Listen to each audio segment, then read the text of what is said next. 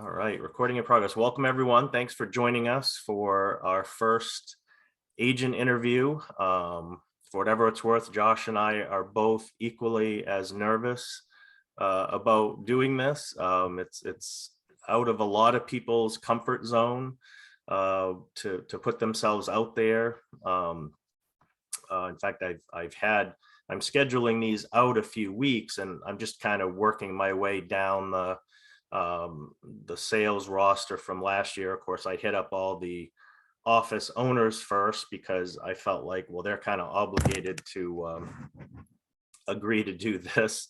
I've already run into some very successful agents who just, this just isn't their thing, and so they don't think they want to do it, and I may not be able to cajole or convince them. But hopefully, if I reach out to any of you, hopefully today you'll see that this is, somewhat harmless, and we're going to try to do it in a conversational, low key, fashion that hopefully everyone will get something out of it, and it'll be worthwhile. So welcome to Josh, welcome to all of you. And I guess I'll just open it up, and I know some of you know Josh, some of you know a little bit about him, some of you know nothing. So I'll give Josh a few minutes just to catch us up to date on his life so far and what brought him here today. All right. So hi all. Yeah, as Bill said, I'm kind of nervous to do this. It's out of my comfort zone, but I think one of my big reasons for wanting to do it is because it's out of my comfort zone. I think it's a chance to grow. But a little bit about me. I grew up in Gorham, graduated from Gorham High School in 2005, where I played football, ran track, played lacrosse at Gorham. After high school, I went on to USM, where I studied psychology. I got a bachelor's of science in psychology, where I also played lacrosse, and I was a two-time captain of the lacrosse team, which is something I'm kind of proud of. From there, I went on to work at Unum, paying claims, and eventually I got into real estate. Throughout that, I spent a lot of time coaching as well. So I've coached football, I've coached lacrosse, I've coached at Bonnie Eagle High School, I've coached at Gorham, I've coached at Lake Region, Westbrook, all over. I'm married. I've been married for 9 years now. I've got 3 kids, Evelyn, who's 8, Livy, who's 7, and Billy, who's 5. I've kind of stepped back from coaching high school sports, and in my free time when I'm not selling real estate, I coach their sports, whether it's soccer or lacrosse, and I enjoy watching football. I told Josh he didn't have to name his only boy after me, but he insisted. So, what are you going to do? And his kids love me as little as they see me. Anyway, so. To be fair, Billy's legal name is William and Bill's legal name is Bill. So. Well, it is now, but it was William. I changed it. So that was nice of you to not saddle that poor kid with William his whole life. It's terrible. I would wish that on no one. So. You actually played. Did you actually play with my son Matt, or were you? Yeah, I played with Matt. Matt was a junior when I was a senior, so okay. We played on that team that went to the state championship. Yeah. And Tom was I think in 8th grade, so he was a little bit behind me. Oh, okay. He might have been a freshman. Yeah, I think he was a freshman. Yeah, So yeah, I definitely, so Josh started, so I definitely want you to tell, I was surprised, I don't know if it was a year ago or a year and a half ago, you put a post on Facebook. I didn't know that you had a failed, I guess, I hate to call it a failure. That was probably a slip of the tongue because it brought you to where you are now. So. Yeah, I didn't know you had been in real estate sort of once before, made a go at it and it didn't work, and that what I thought was your first attempt when I met you and you started in the Standish office was really your second attempt. Yeah, so prior to real estate, while playing sports in high school, while playing sports in college, I worked at McDonald's at the age of 14. I started working as soon as I could. I always kind of had a drive to try and be the best at whatever it was I did. And so even though it was McDonald's, I turned 14, 2 weeks later, I start working there, you know, excited to start making money, not necessarily to work at McDonald's. And I go there, I'm ready to either make burgers or work the cash register, and they stick me out in the lobby and they say, your job is to sweep, mop, change trash cans, stock stuff. It wasn't the funnest job, but it was, a good start. And I kind of remember, I think it might have been my first or second day working there. And I'm just kind of stalking, the napkins, and we're busy, and some guy's coming with his food. And I look over and, my job's to stock stuff, not really interact with the customers or anything, but I saw he had 2 drinks. I grabbed him 2 straws, handed it to him, didn't think anything of it. And I still remember him saying, like, that kind of forward thinking right there, you might not have the best job in the world here, because he could see what I was doing. But he's like, someday you'll be running this place. And I thought that was kind of neat. And, I was driven. And so by the time I was 15, I had worked myself from lobby specialist, is what they called it, to working all the different positions at the job. I was named crew chief, which their rule was you couldn't be a crew chief till you were 16, but I was able to obtain that at 15. And then went on to work there for about 3 years while still playing sports and going to school. Senior year of high school, I moved on from McDonald's to Pizza Hut, where I was a server. And I would wait tables there. And I always had a mission every single shift. I was going to make the most money in tips, regardless of how many people were working. To me, it was just, I'm competitive, and I knew if I made the most money, I gave the best service and I worked the hardest. And to me, that was like a win. It wasn't necessarily about how much money I made, but more or less just being the best. That's just kind of how things were. So from Pizza Hut, I was, playing lacrosse at USM, got my degree, graduated from USM, was all excited, thinking, all right, great. I got a college degree. It's time to get a real job. I'm going to be making probably 60 grand a year. Life's going to be good. Put my application out everywhere. It's 2010, not a ton of jobs. I get a job at Unum making $31,500. So I actually made less money at Unum my first year than I made waiting tables while in college. Wow. And I hated the job. It wasn't, nothing against it, but I was in customer service for 2 years. So you have a headset on, you're just sitting there and you get a beep in your ear, and then someone's there and you're talking. And even though I didn't like Unum, I still made it a priority to be the best there, because that was my job. I'm going to make a career out of it. I'm going to try and move up the corporate ladder. But on top of that, I'm also still coaching. So I'm coaching football, I'm coaching lacrosse. And when you coach high school sports, your practice is typically, somewhere either 3 to 5, 4 to 6, 5 to 7, depending on the season, where you are on the coaching staff. And my job at Unum, I had kind of one option. It was to be the best, or I couldn't coach. And I loved coaching, because your stats are everything there. And the person with the best stats is the one that gets the best schedule. And the best schedule was 7:55 to 4:25.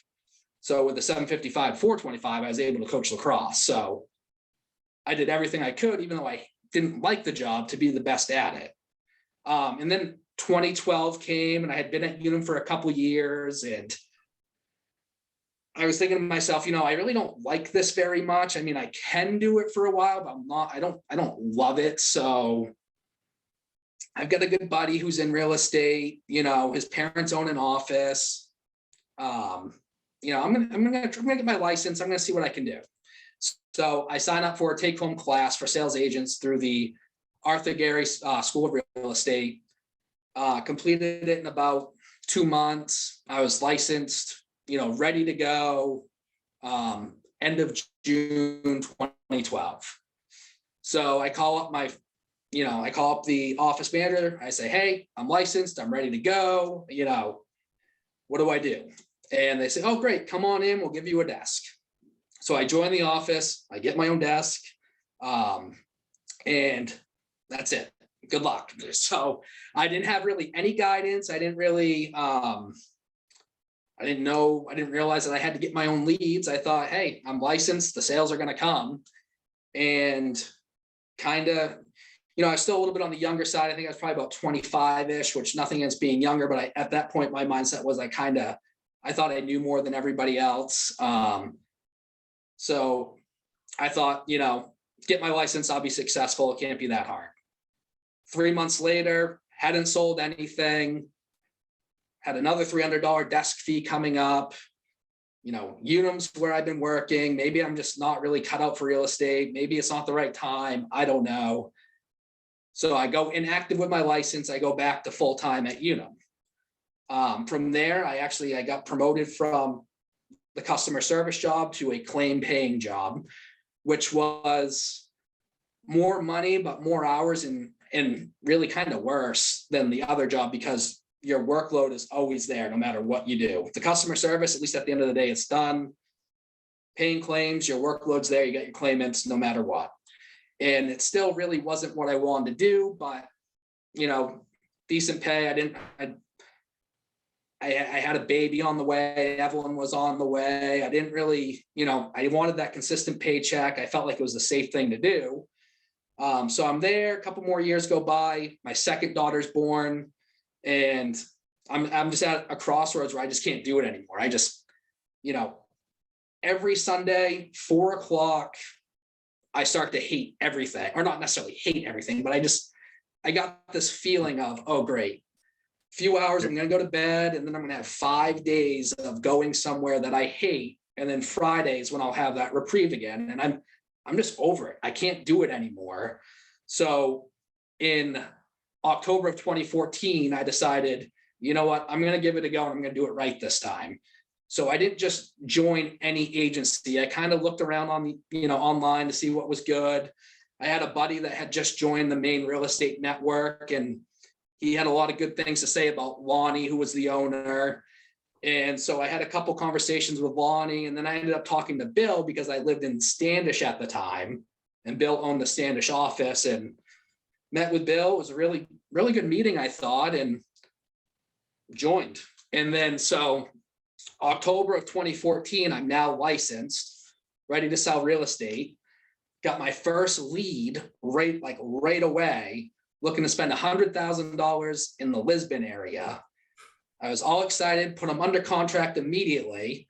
Well, actually, let me back up. I was all excited, showed them some houses. They want to write an offer. And they look at me, okay, want to buy it? What do we do? And I go, I'll get the paperwork going and I'll get right back to you. In my head, I'm thinking, oh shit, what the hell am I going to do now? So I run back to the office, looking through the forms, and I hear Rusty Megason in the conference room talking to somebody, one of his clients who was on a listing appointment, I think it was. And so I'm like, all right, I need a buyer agreement. I haven't got them to sign that yet. I think there's that form about relationships. They call Form 3. I'm not really sure what else I need. And I just overhear Rusty saying, so what would you like to do? And the seller at the time says, well, you're the expert. We'll take your opinion, whatever you think. And Rusty says, okay, great. And then he just gave him his advice, and he came out to print something. And I go, hey, I'm going to write an offer on something. What do I need? What do I need to do? So he took a minute, pulled the forms out for me, and he said, there you go. That should do it. Good luck. And then he kind of went back to what he was doing. I kind of fumbled through it, and I put them under contract, and they ended up buying the house. And I was like, all right, great. I'm doing it right this time. I'm really going to be successful in this. And so while doing that, I was also Googling, and somehow I stumbled upon Brian Buffini. I think Bill, you might have recommended him to me. And so I took his Peak Producers course, which was back in 2014, which was like an earlier version of his Essentials course now. And I really put to work everything he was doing. And his system's all about working by referral, making phone calls, doing pop-bys, writing note cards, sending a consistent monthly mailer, which, really in this business is the key, is just being consistent with everything you do. So I had a mindset shift where I'm going to actually research real estate, research how to be successful. I found a good broker. Bill was with Bill, and I found a good mentor with Rusty, and got my first sale under my belt within a month, and then I didn't sell anything again until the next April. Winter hit. I'm a brand new agent. Everyone I know knows I'm new, so you're kind of in that uphill battle when you first start out. But I just kept working the system, kept taking on any buyer I could, and I knew that if I just kept working it, it would eventually work out. Come April, I had finally got to the point where I closed another sale. I had about 6 under contract. And I felt pretty good. I was in a pretty good position. And then come June, I was able to quit Unum and jump into this full time. Which I tell that story to this day, because I have to admit, I'm after 25 years of doing this, I'm a little jaded. If I had a nickel for every part-timer that I hired who didn't make it, I'd for sure have, $5 or $6 in my pocket. But it's, I was probably pretty honest with Josh that, trying to make it in real estate part-time is very difficult. So, the fact that he was able, to do that, is definitely a testament, because it's hard to make it full time. But when you don't have a full time, schedule available, it's even harder. I'll definitely probably brag on Josh before this is over and flatter him a little bit. But some of my funniest stories are he shared an office. I know Heidi was it Rusty and Heidi that you shared an office with, or just Heidi? Heidi and what else was in there? It was mostly just me and Heidi. Someone else was in there, but they were never in. Didn't come in much. I just, if you saw Josh today, he's always, put together, real well, very representative of the business he's created, but at the time, he was, working full time at Unum, coaching, doing real estate. I remember, and I probably should apologize, but Heidi and I would pick on you. You might come in and, your pants weren't ironed, or you had 2 different color socks on, or, whatever. Like it was definitely substance over style, at the time. And, he was definitely kind of the bull in the china closet. Like he said, he didn't know everything. But, he had the drive to make it work. And we can explain the paperwork, for any of you that have, served as mentors, or maybe you will serve as a mentor in the future. Like, we can teach anybody the paperwork, or how to use the MLS or whatever. But, getting those clients, working hard to service them, those are the things we can't really teach. But I've always tried to, breed in the offices that I've worked in, as far as just, agents helping agents, everybody helping each other. And I think that's, true to this day, that, you could walk into any office and, somebody would take the time to help you, show you, how to do something, and make it work. So, and I know Rusty was a huge help to you. His files, I don't miss paper at all.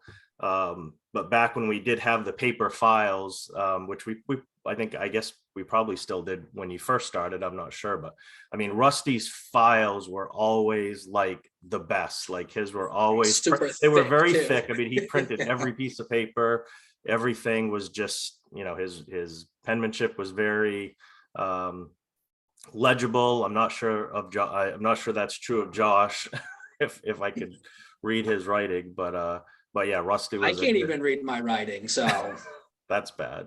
But no, Rusty was definitely a good person to learn from. So yeah, you definitely covered a lot there. You breezed right through most of my first questions. I would love to take credit for introducing you to Brian Buffini. I remember it the opposite way, but so maybe it was someone else that introduce him to you, and then I don't know, you mentioned it to me is how I remember it. But I definitely was I was languishing a little bit myself. I felt like I was very successful, had the office and everything like that, but my sales had kind of stagnated. And so if any of you haven't heard of Brian Buffini or checked him out, I hadn't done more than 6 or 7 million in my career. I had heard all of Brian's stuff from other real estate educators, motivators, whatever you call them, in the past. But there was just something about it. It was either the way he presented it or just the fact that I was hearing it for the upteenth time, that I decided I needed to put some of those practices into practice in my business. And it's, and again, it's you've heard it a million times. It's all about referrals. And it was about constantly asking people for referrals. Not just sending them a Christmas calendar, in December of each year, like how many people actually have referrals to give in December. And Josh motivated me from the standpoint that I had always been really successful and been one of the top agents in the office, but now here was this brand new, young brash agent coming along. And I'll never catch him now, but at the time, there was still hope that if I worked hard enough, I could, stay ahead. And the literally like the first year that I put the Buffini system into practice in my business, I think I went from 8 million to 12 million. And then the next year, I think it was 15. And then, the next year was 18, which was just something I had never thought that I could do. So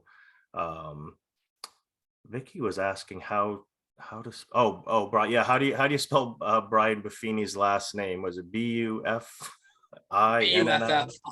Yeah. Okay. I'll type it in there. Yeah, no, definitely check him out. What is it, like $175 a month for his monthly mailer and 50 note cards. Yeah. And it's very much worth it.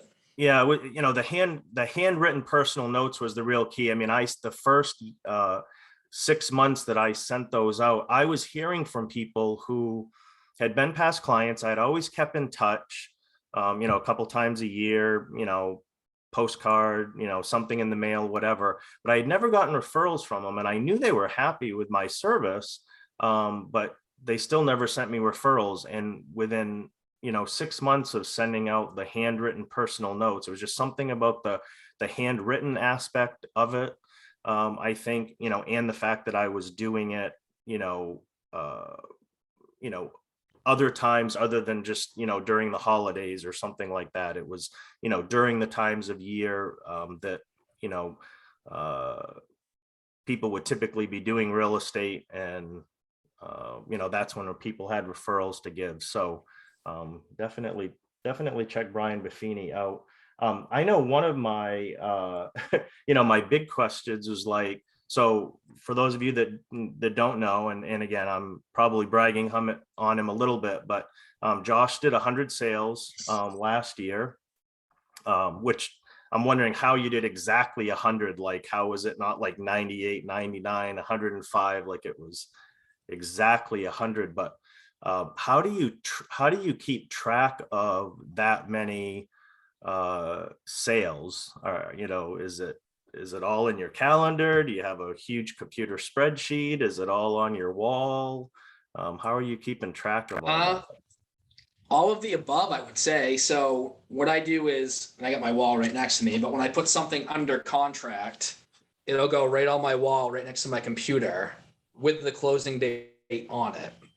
And I also have an Excel spreadsheet that I put it on as well. And each file, when it's under contract, is a priority of mine until we're through inspections. Once we're through inspections, now it's just kind of a once a week check-in to make sure everything's going okay. But I think the main thing is some people, especially when you're newer, you can overwork a file. That doesn't mean like you shouldn't put the work into it, because I still put the work into my files, but if I've got a house that's under contract through inspections, we're waiting on the appraisal, I'm not spending 5 hours a day on that until the, because there's no need to. You're waiting for the appraisal. I think, just having your systems that work for you and going by that. That's what works for me. My mindset, I heard early on too, like 80% of our job is lead generation. 20% of our job is working with the clients, because if you don't have any leads, you don't have any clients. So yeah. So you've That answers your maintained that. question. Yeah, I think that's the toughest thing is agents get busy. And then, like you said, then they're working their file, it just, maybe putting more time that's necessary into an existing transaction, maybe by not putting it on cruise control or having systems in place, or, maybe it's having an assistant, even if it's just part-time, or, someone to, a newer agent to do your SkyScope for you, or go to an inspection for you, or do showing, so that you have time to maintain that lead generation. Because we all know that, that cycle of, you get busy, you get a few things under contract, and then you're busy managing those files. Well, meanwhile, you're not, as soon as you put that under, you've already generated, essentially all the income that you can possibly generate from that file. You You can only want to lose keep, it at that point. You can only, well, exactly right. yeah. And like you said, you're not, it doesn't mean you're letting the customer go, or not maintaining a high level of service. But it's a matter of putting, systems in place in the background so that you can maintain your lead generation. So when that deal closes, you've got something else, to fall back on. So are you, Josh, are you, I mean, some of these questions, obviously I know the answers to, but at what point did you, do you still do all your showings personally? Do you have, I know you have agents, you have sort of a pseudo team, and how does that all work with the other agents? Yes. So I've in end of probably early 2020, I made a team. So I started Plowman Real Estate Team. And right now there's 4 of us on it. Me, Kevin LaRue, Andy Nash, and Ed Footer. And our team concept's a little bit different than other team concepts, where we all keep our own stats. So like a lot of teams, you'll see that, the head person sold 100 houses. That's the whole team selling it. For my team, I wanted everyone to be separate so we could all track our own stats, because I think it's easier to put our stats together and figure out what we all did rather than try and separate it. So we all have our own solo stats. But for me, my day to day, I've gotten real good at being consistent with what I do. So I don't care if I have no appointments. I don't care if I have a full day of appointments. My mindset is Monday through Friday, 8 to 4, I'm in the office. Okay. With a few exceptions. So if I have a showing at 9 a.m., obviously I'm going to that showing. If I have an inspection at 1 o'clock in the afternoon, I still go to my inspections. I'm going to that at 1 o'clock in the afternoon. But if I don't have any appointments, or if it's a time of the day where I don't have an appointment, it's between 8 and 4, I'm in the office and I'm here, ready to work, trying to do some kind of training of some sort, or catching up on what's going on with the market. I do still work with buyers. I do still work with sellers. The members of my team, they're not limited to being either buyer agents or listing agents. They can work with both as well. But I'm to the point now where I'm mostly working with my referrals. If I get a phone call on a listing and I don't know the person, I'm handing it off to one of my agents. If I get an inquiry from someone I don't know, for the most part, I'm handing it off to one of my agents. And I'm mostly working with people I know. Yeah, which is way way better to work with someone you know than someone you don't know. You don't have to build that trust. Makes life a lot more pleasant. I like what Josh has done, with his team concept, and it's something that I'll have an agent, every now and again come to me, and they're starting to get busy. Once you start getting over, I think 30 transactions, is something that most agents can handle. Once you start getting up over 30 a year, um, I think it can start, uh, hurting your life, so to speak, or hurting, how you want to live your life or do your business, so to speak, and not be overworked. So, for some agents, it might be 40 or 50, but I mean, you get to a point where, you need help. And I think in a lot of companies or a lot of agents try to overcomplicate the team, process. And I've always thought, and again, I don't know if I ever shared this with Josh. I feel like I might have at one point, but keeping it somewhat loose, where, you have agents who they can continue to build their own name and their own business. But they can help you from time to time too, whether it's doing a showing, going to a building inspection. So you don't, have a formal team where everything they do has to go under you. They can still do their own thing, but you can utilize their services. So, you're not locked in where you're paying an assistant, $500 a week. And, for most agents, we're nervous about, where that next sale is coming from, and it's hard to commit. And so then it, keeps us from getting to the next level because we're not able to, to build that team out or have that concept working. One thing I did want to address early on is, will be, in this series of agent interviews that we're doing. I mean, we will, I want to cover the whole stratosphere. I mean, I just happened to pick on Josh first, and I was glad that he said yes. But we'll certainly be, talking with some agents who have done a lot of sales, but I want to get the whole stratosphere, so to speak. I want to get some newer agents in there, who, they might only be doing, 10 or 12 sales, but there's a bunch of agents in the company who, maybe they're doing, 4 or 5 sales their first year, which is a decent first year in the business, and they want to figure out how to double their business and get to 10 or 12.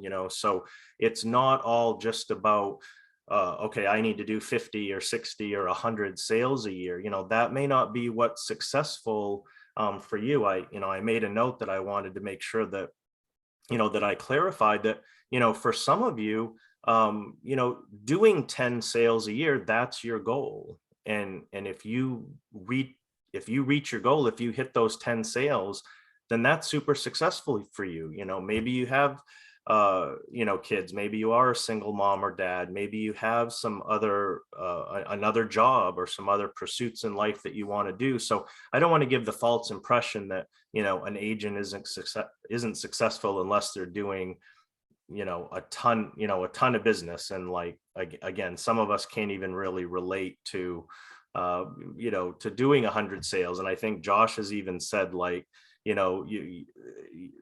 was probably your happy place too, like whether you want to, do more than that.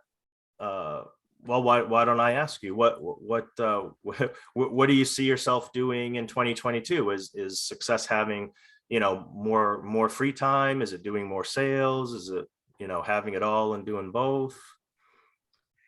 I think for me, developing the office, more, developing my team more is more of a goal for this year. If I can hit, I think if I can hit 60 sales this year, I mean, my goal on my sheet says 110. And I think if I'm anywhere above 60, I'll be happy. But I'm kind of going back and forth in my own mind. Do I want to have another year where I sell over 100 houses and, put all that work in, or do I want to kind of take some more time off? So I'm undecided on that. I think I still want to, I think if I get 60 or more sales and I can have more days off, that's kind of my goal for the year. I mean, I've gotten pretty good with my schedule. Last year I had, I think, every Sunday off, with the exception of maybe 10 Sundays. So I think one of my goals is to have full weekends off, going forward. So Yeah, that's a great goal. So I think a lot of times, especially when newer agents, like, I remember, working 7 days a week for I don't know how many years, or certainly being willing to, and just being afraid if I ever told a client I wasn't available, that, that was it. They weren't going to work with me anymore. And, it's amazing how understanding. I mean, the market is certainly, I'm probably thinking back to the days when houses sat on the market for a few months, which isn't the case anymore. So, we're probably not in a position where we can put clients off and tell them, well, no, I can't do the showing for you on Sunday. It'll have to wait till Monday, or I can't do it on Saturday, maybe Sunday. But, so that's where I think, having, being in a large offices like we have, and having a lot of agents that you can work with, and just making sure you can get someone to cover for you is definitely important. What other kind of questions? Was there any mistake you made, Josh? If you would be so willing to admit, it doesn't have to be, last year necessarily, but I mean, even successful agents make mistakes. Is there anything that you did, recently in 2021 that you recognize, like, okay, I need to change this, or this is something that's could go better in my business? For the most part, I've gotten pretty good at, like, I've made it a priority. I'm not showing a house without a pre-qual first. So I've gotten pretty good at that. I think the biggest mistake I made was I went against my own like mindset on advertising. And Top Producer Magazine sent me an email saying, hey, we want to put you in our magazine, and it's $500. And I was like, okay, whatever, I'll try it. It's probably nothing, but it might be something good. So I paid $500. I had to write my own article, provide my own photos, and I was in the middle of their magazine. So I'm big on not doing printed ads of any sort. And I went and did that. And I don't think I even put it out there anywhere, because it would just wasn't worth doing. So I think my biggest mistake was going against one of my business plan models or whatever, and doing a printed ad when that's not what I do. And I've been successful for 8 years not doing that. So I kind of felt like I went backwards when I did that a little bit. But Yeah. I would say that's probably one of the biggest mistakes I've made. Yeah. I don't like throwing away money. So, No, nobody does. Yeah, that's the beauty of the referral based business model, is you don't have to you don't have to do a lot of, flashy print ads, or, whatever the case may be, because you have that built-in business always available. So for sure. So we talked about your goals for next year. Does anyone attending have any questions for Josh? This is your opportunity. If anyone wants to pick his brain or throw something out there. Let's see here in the chat. I have a question. Yeah, go ahead, Connie. Josh, how do you handle in this market where listings do sell so quickly that, you don't have a whole lot of time to, to advertise and market, and, you can barely even do an open house. How do you convince sellers not do, I mean, I get calls and they're like, well, what are you going to do for me? I could do for sale by owner and probably sell this in a week. How do you convince them that a listing with you is a better idea? So it's always kind of case by case with who you're talking to, and you want to try and read them a little bit. A lot of people, it's the money. A lot of people, they think they know more than you do. I think a lot of it's confidence and knowing how to talk with them. One I guess line I've used that kind of helps is if there's someone who wants to sell FSBO, like say you want to sell FSBO, Connie, and I'm talking with you, I say, okay, well, let me ask you this. Are you going to pay a buyer agent fee? And if you say yes, but how much are you going to pay? 3% probably. So for 2% more, I can list your house at 5%. So it's really only a 2%, commission you're going to be paying me to take care of everything for you. With that, you get covered by my E&O, you get all my marketing, you've got, I'm trained, and I spend time training myself to know the market conditions, to know how to price your house perfectly so everything goes smoothly. I get those FSBOs that say, go F yourself, we're going to sell it. We get those people who say, okay, great, let's sign on today. That makes sense. Just like everyone else, I get shut down too, but I also convert. So does that answer your question? Yes, thank you. Cool. Yeah, what's been amazing is that FSBO number, has I mean, you would think with the advent of the internet and how it's taken off over the past 25 years that FISBOs would have just shot through the roof. And it really hasn't happened. It was kind of the Chicken Little version of events, that the sky was going to fall or whatever. But I think part of what saved us is whether it's, federal or state, rules or laws or disclosures for, radon or, different things. The sales process is just as sophisticated and complicated and difficult as ever. And most sellers just don't want to take that on. So I think we're kind of lucky in that regard. I think I'd add to it too.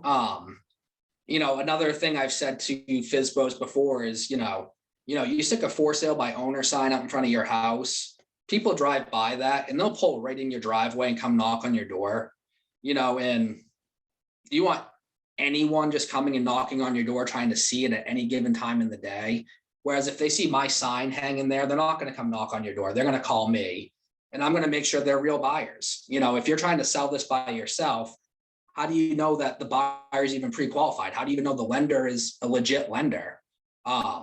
This is stuff I do all day, every day. And I think mindset of a FISBO too is, in this market, they're hearing that houses are selling for top dollar and people are getting crazy prices. But if you're going to sell your house and you don't know what houses are really worth, you kind of have an idea, but you don't know for sure.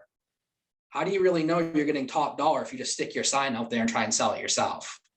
Yeah, there'll always be that lingering doubt.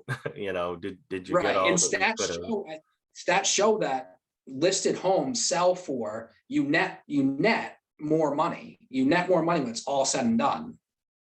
Just like selling a car. Why, when you're buying a used car, why do you pay more at the car dealership? Because you've got their exposure. You've got more people going for the car. So I think there's many benefits to listing your home. Yeah, there's lots of great resources. If any of you haven't ever logged into realtor.org, you can log into you all have an account on there, whether you know it or not. Maybe you lost the password or never accessed it, but there's tons of great stuff on there. And, it's probably stuff that you would, link your clients to in an email and that kind of thing, or potential clients nowadays.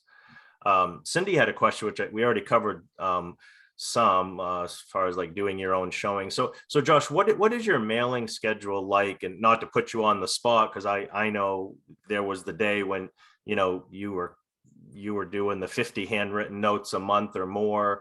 Has that, lagged a little bit with your success? Are you still keeping that going on a regular basis, or?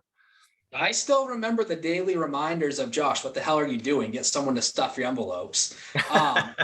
No, so I've got an admin, and I highly recommend as soon as you're producing maybe 20 houses, you're selling 20 houses a year or more, get an admin, because it makes your life so much easier. It frees you up to go and prospect and do things that get you business. But I've got an admin. She does all of my Sky Slope. She does all of my mailers. I do my own social media. My business model for advertising me, for the most part, is my mailers and social media and treating people right. I think those three things combined make me, someone that people want to refer. And Buffini, if you look at Buffini, I highly recommend taking their essentials course and taking it with a grain of salt, because a lot of real estate is kind of common sense. And when you're watching it, you kind of get a feel like, oh, I already know this, and you just stop listening. But the reality is, like, you think you already know it, but you need to hear it, and you need to hear it again and again, or I do anyway. So my strategy for marketing myself is social media. Anytime I sell something, put it under contract, list it, gets posted. So I'm hitting all my social media. They're seeing it every single time. And then I do the monthly Buffini mailers, which he mails out. So this month's mailer from Buffini is 2021 taxes, what you need to know to get ready for your taxes. So it's not junk mail, it's useful information. So I mailed that out. I do the note cards. And then Buffini's really good about saying how and this kind of clicked with me early on, but marketing and, the selling cycle is what he calls it. So I kind of put my marketing into the selling cycle in a way. So from what I've learned the last 8 years, January, first Monday after January, it's slow, but it's starting to, pick up a little bit. And then February gets a little bit busier, but it's still not very busy. March, it's getting a little bit busy, but you're still not quite there. April, it starts to pick up. May, it's very busy. June, it's very busy. Middle of July, it starts to taper and slow down. Thanksgiving through Christmas, it's dead. That's kind of the selling cycle. That doesn't mean you can't make sales during that time. It just means there's less people looking, less people selling. So I kind of put my marketing strategy to market heavier in the off season, because my mindset is, if I'm marketing heavy in the off season, come selling season, I'm the one that's been marketing to them the whole time. I'm going to be top of mind. And what that looks like is, in July, I send a football calendar of the Patriots, just an extra mailing, just one more mailing that month. Come October, I mail out an invitation for a pie giveaway, which I do just before Thanksgiving. So it's just one more mailer that month. November, I mail out the magnet calendar for, just goes on your fridge. It's nothing special. It's just a magnet calendar, but it's another hit. And then December, I mail out a Christmas card. And then in January, for any sale I had the prior year, I send a copy of their settlement statement and just say, hey, you might need this for taxes. So when I say I mail it, I used to do all those mailers myself, like literally every single one. But I've shifted it. So my admin does that now. So I'm still overseeing everything that's going on. I know everything that's going out, because if I send a mailer on 2021 taxes, what you need to know, there's a call to action saying, hey, call me if you need an accountant. But if I don't look at that mailer before it goes out and someone's calling me saying, hey, I need some help with that mailer you sent out, kind of need to know what they're talking about. So yeah. And just to touch on a few things there before we wrap up. So, Josh is throwing out admin, and for some of you, you might not be at that point yet, and you're thinking, well, how the heck could I have an admin? Well, for the longest time, a lot of my admin work was done by my teenage kids. They were stuffing my envelopes. They were putting stamps, and return address labels on envelopes. Some of you don't have children. Maybe you have grandchildren, nieces, nephews. Maybe there's a high school kid, in your neighborhood, whatever the case may be. I mean, some of the stuff is pretty low level stuff. It's just stuff that you shouldn't be doing personally. Maybe it's a brand new agent in the office who, I'm not saying stuffing envelopes is the greatest use of their time either, but it can create, some good habits for them. And maybe, while they're trying to break in the business, they're willing to do some $20 an hour stuff, just to sort of get by. But here we are still in January. It's not too late. If you don't already have, that's what I'd encourage, each of you to do today, or, this week, is before too much of the year gets away from you, make a marketing calendar of everything you're going to do for the rest of the year. This stuff doesn't happen by accident. If you're going to mail out postcards or, something to a client, I mean, those have to be ordered, at least a month ahead of time, so that you get them in time to get them, labels and stamps and get all that done, get them out in the mail. I mean, the US Post Office is terrible right now, so, it's not like you can mail something and it's going to get there the next day.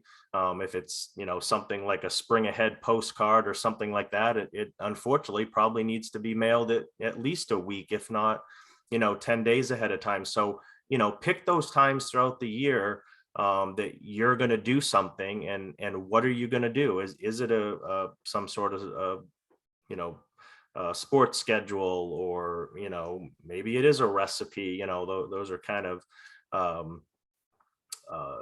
old adage things that real estate agents do, but sometimes they work. A lot of times it's not a matter of what I got this question a lot about the handwritten personal notes that Josh and I encourage our agents to send out. They're always worried about what to say. It doesn't matter what you say. Just say hi. Just say thinking of you.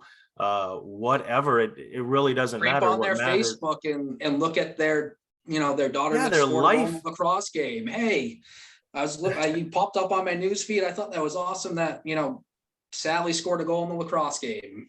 Yeah, Just want to let you know I'm thinking of you. there's so much stuff. It's all free material, and it's just the fact that you reached out and it's getting your face, in front of them, so that the next time they're talking to someone about real estate, I mean, most of your business is not, you can only service a customer so many times. Like, people are only going to buy and sell so many times in their life. It's those referrals that you really want.